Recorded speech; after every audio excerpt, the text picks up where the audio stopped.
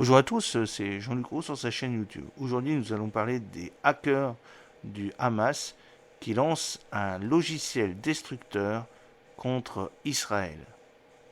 Arid Viper, un collectif de hackers affiliés au Hamas, a déployé un logiciel malveillant pour détruire les dossiers de nombreuses entreprises israéliennes. La cyberguerre entre Israël et le Hamas prend de l'ampleur. Un groupe de hackers lié au Hamas a lancé des cyberattaques contre plusieurs entreprises israéliennes dont l'objectif de détruire toutes les données de leurs cibles. La campagne a été décrite par la société de cybersécurité Jones dans un rapport publié le 30 octobre 2023. Le malware utilisé par les activistes est un wiper. Ce type de logiciel malveillant, bien connu des services de cyberdéfense, programmé pour rendre inutilisables tous les fichiers sur un poste.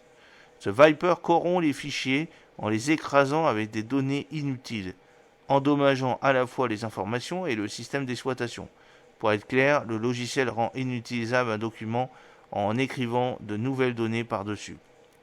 Le groupe de hackers baptisé Arid Viper, aussi connu sous les pseudonymes APTC23, Desert Falcon, Gaza Cyber Gang ou Moleirat, a nommé son malware Bibi Linux, une référence ironique au surnom du premier ministre israélien Benjamin Netanyahu.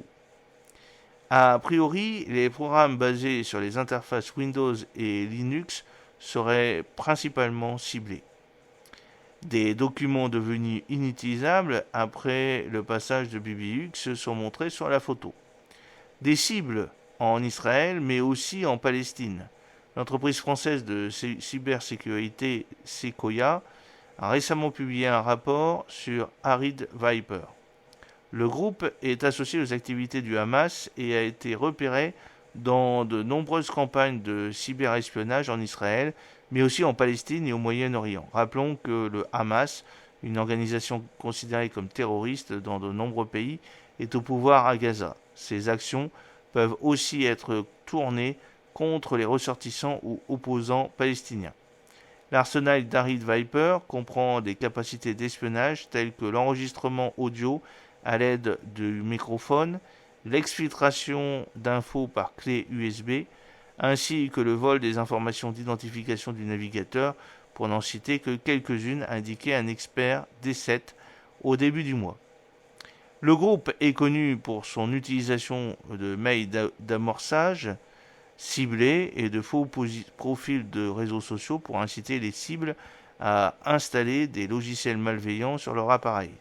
Le déploiement de Viper est encore assez nouveau et témoigne d'un changement de cap dans la stratégie.